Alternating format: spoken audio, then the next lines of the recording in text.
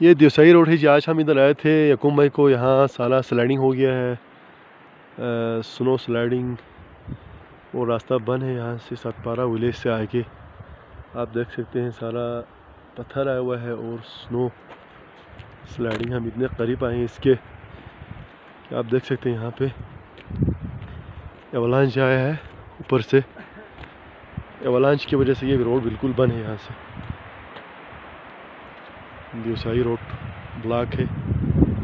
इस मंथ के आखिर तक, इंशाल्लाह मई के आखिर तक खुल जाएगा रोड।